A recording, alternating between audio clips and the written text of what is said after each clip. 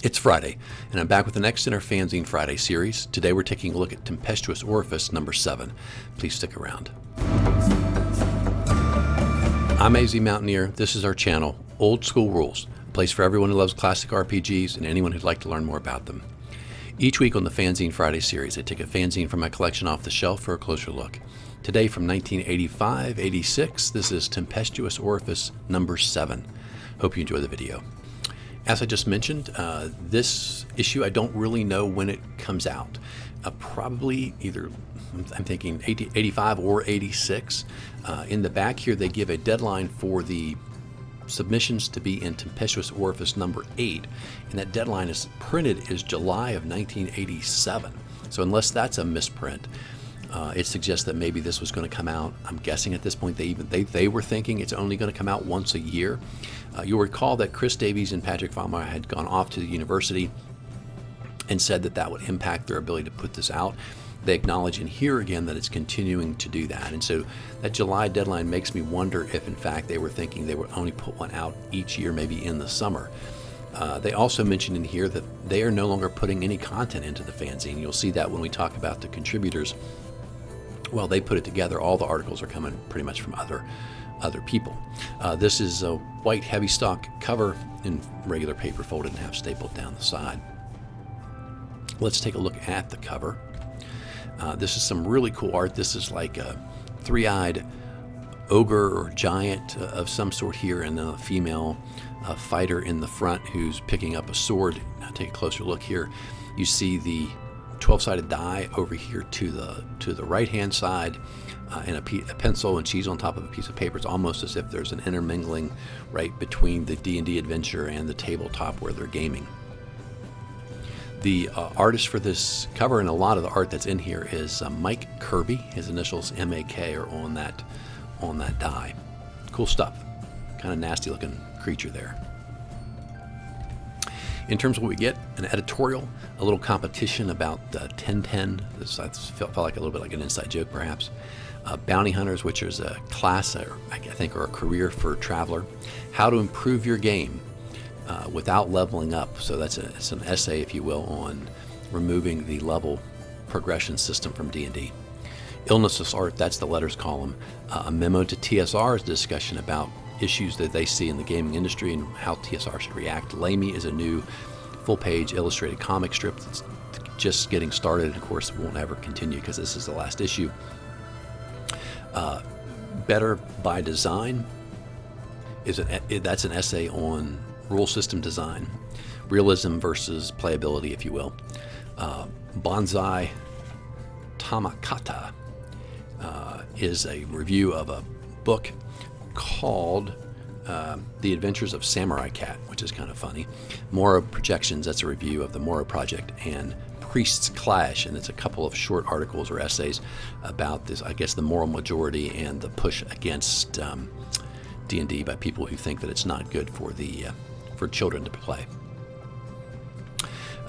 Chris Davies, Patrick Fama obviously involved. Rob Newcater does some art. Mike Kirby does art. Gary Drabwell, Patrick Burchil, Julie Davies, Pete Walker, Chris Elliot, Simon Redgrave, and the guy whose last name is Fox does a comic that was in, I think, Dragon Lords, I believe, called Red Fox. It's a female warrior is the protagonist in that comic. Richard Harris does art, and I mentioned Mike Kirby already, and then Hudson Shaw, whose art's pretty recognizable as well. So let's take a look at the editorial, which is interesting. A torn shirt and a long dead cause.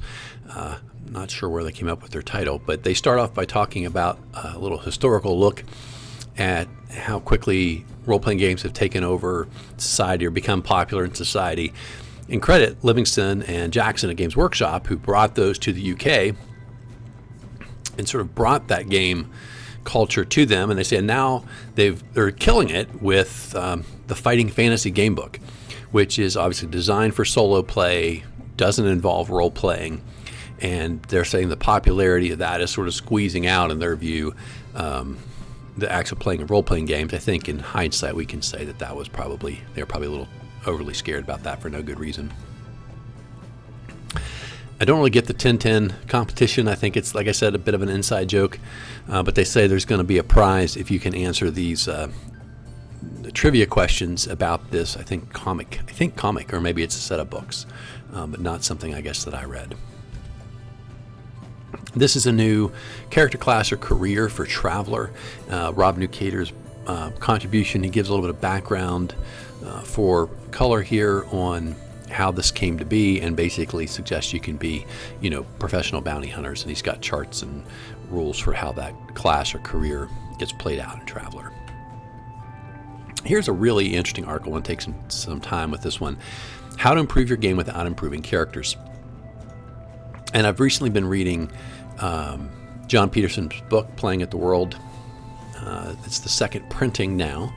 And he has this organizational idea in that book about the pillars, like what really makes D&D, a unique game, right? And one of the things he talks about are some of the unique rules there. And one of those is this idea of progression, right? Where you do something and you earn, in this case, experience points, and then you level up and you get something new, whether that's more hit points or new access to spells or whatever it might be.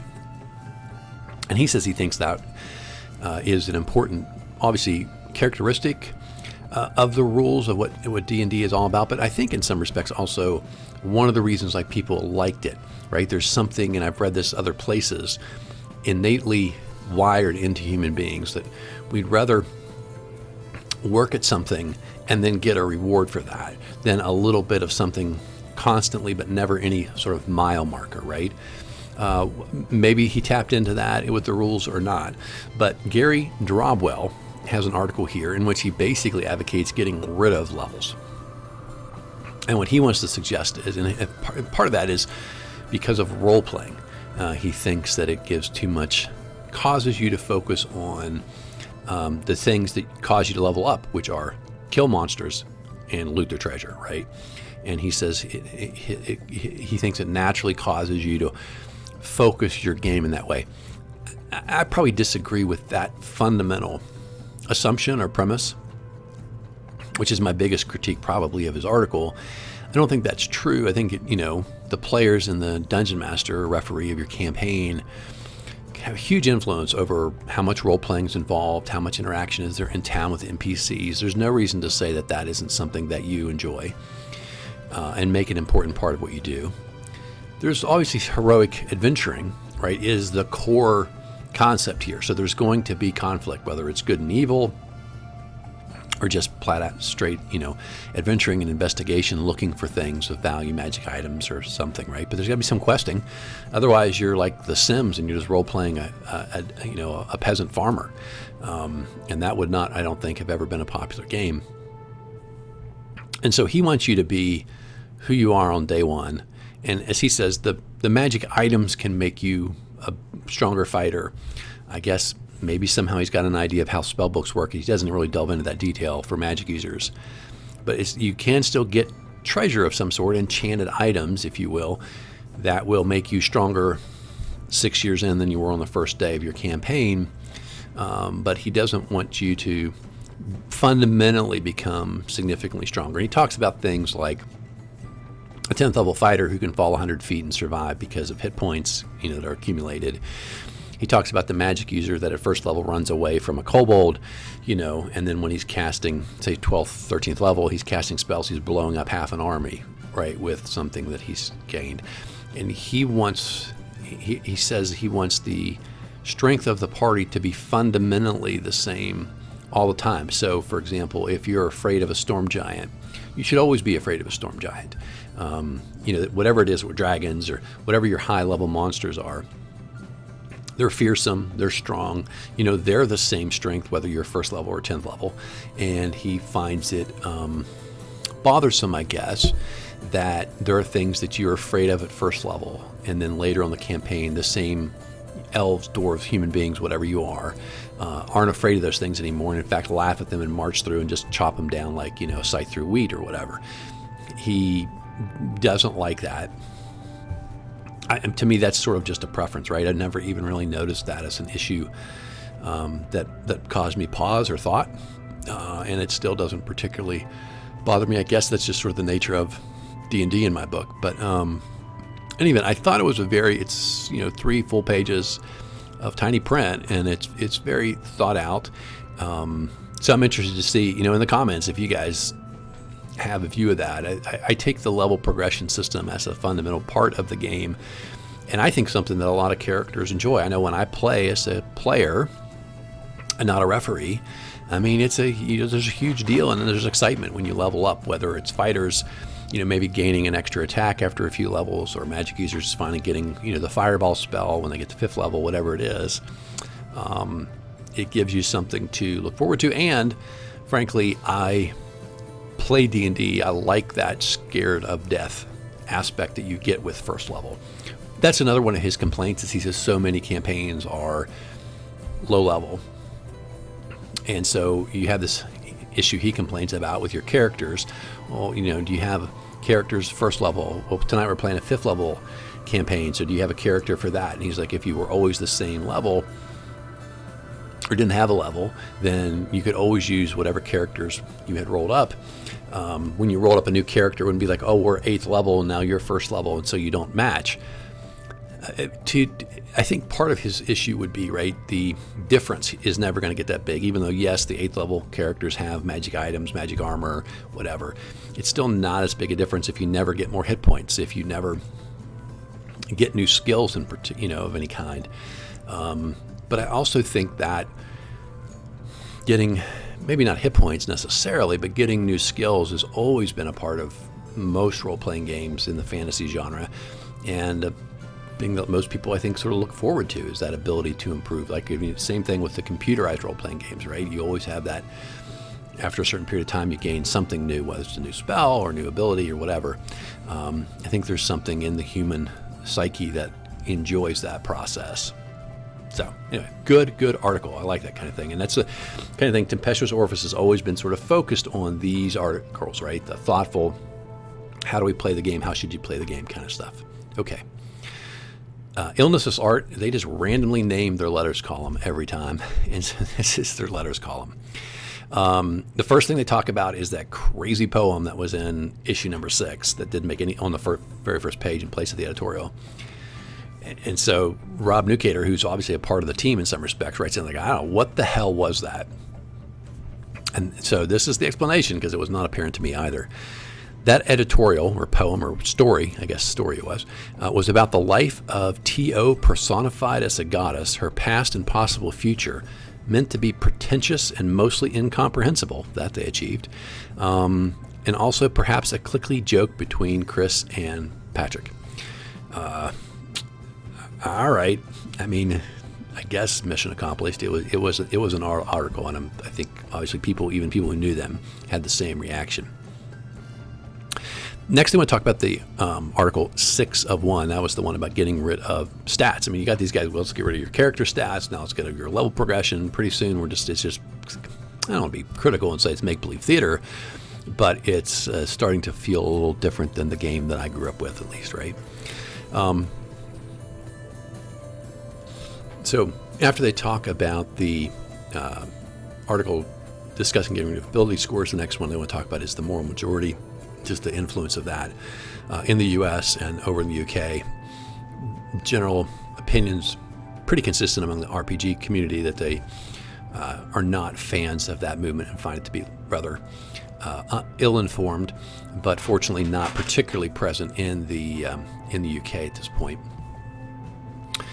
Then they talk about the polytheism article and the role of deities in the campaign, and most of those folks say they think it is fairly traditional for someone to pick a particular deity that they focus on in terms of their allegiance, even though they may recognize the existence of other deities in their campaign.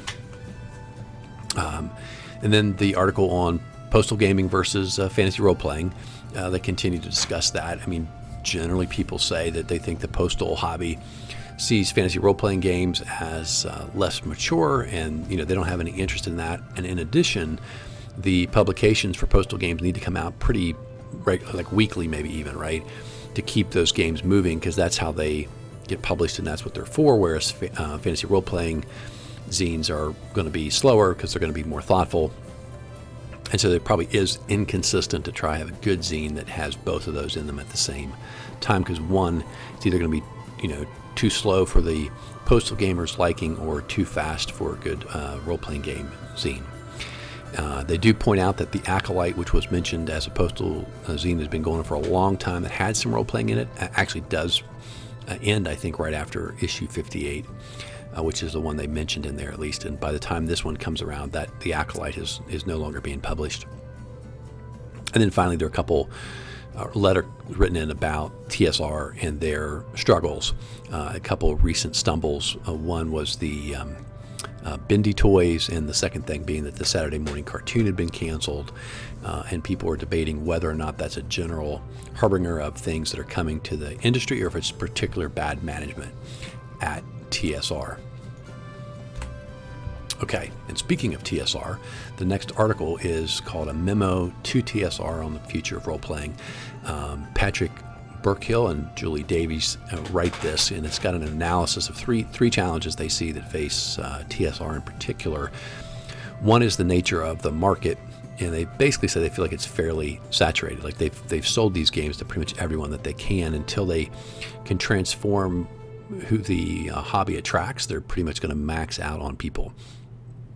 As I say, this is a great game. People could be transformed into heroes in minutes, and they say, or if you wanted to play CNS, the transformation may take a few days. But generally speaking, right, the idea is that they've got to evolve the game if they want to attract a larger audience, which is interesting critique given here in the mid-'80s when we sit here in 2025, and the hobby's probably got more participants than ever before. The second challenge, they say, is what they call disposable entertainment, this idea of built-in obsolescence. A lot of things, even as early in the 80s, are being built not to last, that you have to keep buying more and more. Yes, they say here, in some respects, once you buy the product, you don't really have to buy anything else. And so they've built a good enough product at the beginning. And encourage people to be creative, build their own campaign worlds, own adventures, and even their own set of rules or rule modifications. There's really no need for someone to keep coming back and buying the product over and over again, right? And this is the challenge that faces Hasbro today, that they've been banging their head against the wall trying to figure out how do we make repetitive money from people after we sell them this rule set. And the problem is that the game is not designed that way. At least they haven't come up with a way to design the game that way, where they can force you to pay some money to them, either on a monthly basis like a subscription service, or on a periodic basis where you keep coming back and giving the same people would keep coming back and giving them their $50 or $150 year after year. And finally, the challenge is the size, they say, is the size of the workforce, and that once you have created your initial game, you're going to have to diversify into other things. They point to fighting fantasy books and say that's diversification in a bad way, because it maybe isn't complementary, maybe it's competing with their initial product line. But then what do you have all your creative people do once you've sold everybody a rule book, right? Can you do accessories? Do you need to get into other lines of business? And of course they point to TSR and these Bendy toys, which apparently are a pretty famous headline at the time. They say they produced 800,000 of these, and reportedly only 100,000 had been sold, and the other 700,000 were headed to the scrap heap because they just couldn't sell them. So that is their critique, and their solution here is that accept the evil of capitalism and prepare to go into foreclosure or bankruptcy, which is a little, interesting insight here in the mid-'80s, when that is indeed a challenge that they were going to face pretty darn soon. Okay, so here is our first installment of what becomes the last installment of a regular comic or illustrated comic for this fanzine. This is Mike Kirby again, and he's created this. I think the name is Lamey. I can't really say for sure because he's got some funky script there. Maybe it's a C at the beginning. But in any event, this is the introductory story of this woman who's going to be a barbarian hero. Better by Design by Pete Walker is a examination of how to make your rules for your role-playing game better and more interesting. And he talks about the tension or the balance you have between enough realism and connectivity to the real world so people recognize how the laws of physics work, or what would be reasonable in terms of behavior, expectations, with whatever it is, whether it's sci-fi or fantasy or the supernatural that you're adding into that game. and get the right blend, and not getting stuck, for example, with realism that bogs your game down. So constantly reading of the rule books rather than enjoying the moment of the game that you're in. This is a very bizarre article by Chris Elliot. He says it's a review of a book called The Adventures of Samurai Cat. He says it is the blend for the perfect gift for anyone who is an avid reader of fantasy fiction, loves feudal Japan, and loves cats. And somehow he manages to make this into 3 pages of discussion where he gives you a very, very detailed outline of the plot and story of this book, which he says, if you like any of these things, you should get this book. It's really, really fun. Simon Redgrave gives us a review of the Morrow project, of which he is a pretty good fan. This is set in sort of a post-apocalyptic, modern 20th, 21st century world, as I understand the game. He says if you want, and again, his evaluation is like a lot of these games, good for a change of pace if you're looking for something rather than your normal campaign. These rules are good enough, and this campaign or this setting sort of interesting enough as a alternative. And then finally, we have 2 articles looking at the rise of the moral majority. We've got this pastor over there in the UK who is, all over complaining about trying to raise awareness of and a passion against role-playing games. And then, of course, we get some responses in here of people who were pushing back against that and said he's sort of much ado about nothing. This is our last page, which has the normal stuff in it. 2 things of interest. One, again, is the deadline for the next issue, which is July 1987, which makes me think this came out in 1986, but of course I'm not positive about that. And finally, their self-proclaimed title that they are the magazine of the decade. Unfortunately, as they say, they have not gotten anyone who's asked to buy ads in their fanzine so far. Let's take a look at some of the artwork that appears in this fanzine. This Red Fox comic strip was in, I think, Dragon Lords, which is folded, and now they've picked up an issue or an iteration of that in their zine. Rob Newcater has some art here. This is from the Bounty Hunters Traveler article. And then Mike Kirby is back. His MAK initials are on a lot of the art that's in this fanzine. Got this little spaceship, and then just some more random art. This is a sort of like a sorceress with a spirit of a snake or something like that behind her. And then we've got this Cyclops sketch. More from Mike Kirby here.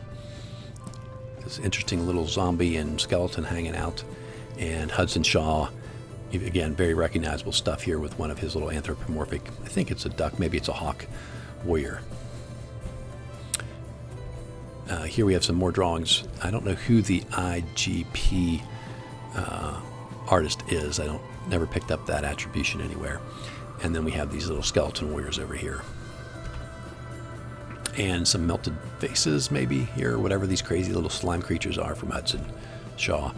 And then this hand that was just randomly back in the Morrow Project review by Richard Harris. And then Rob's got the rear cover. Again here, this skeleton warrior, probably the same one. His horns look a little different, maybe from the last issue, but this skeleton warrior riding this flaming nightmare steed. That's our look at the Tempestuous Orifice number 7, and that concludes our look at this fanzine from the early to mid 80s over in the UK. I think this one has been a lot of fun. I'm looking forward to finding something new to look at next week. Hope you guys enjoyed our channel, enjoying this series, and hope you're subscribed. If you have friends who might enjoy our content, please send them our way, and hopefully they will be subscribers as well. Have a great Friday, have a great weekend, and until next time, my friends, keep rolling 20s.